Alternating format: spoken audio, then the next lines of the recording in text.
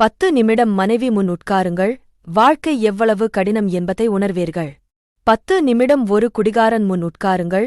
வாழ்க்கை எவ்வளவு சுலபமானது என்பதை உணர்வீர்கள். 10 நிமிடம் சாதுக்கள் மற்றும் சந்நியாசி முன் உட்காருங்கள். கையில் உள்ளவற்றையெல்லாம் தர்மகாரியங்களுக்கு தானம் செய்யணும் போல உணர்வீர்கள். 10 நிமிடம் ஒரு முன் உட்காருங்கள்.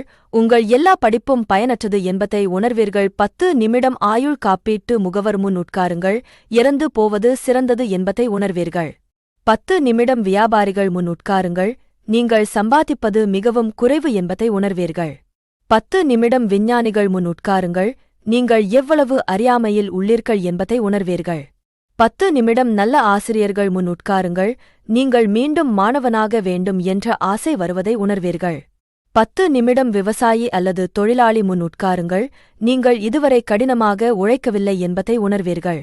10 நிமிடம் ஒரு இராணுவ வீரன் முன் உட்காருங்கள். உங்களுடைய சேவைகளும் தியாகங்களும் மிகக் குறைவானது என்பதை உணர்வீர்கள்.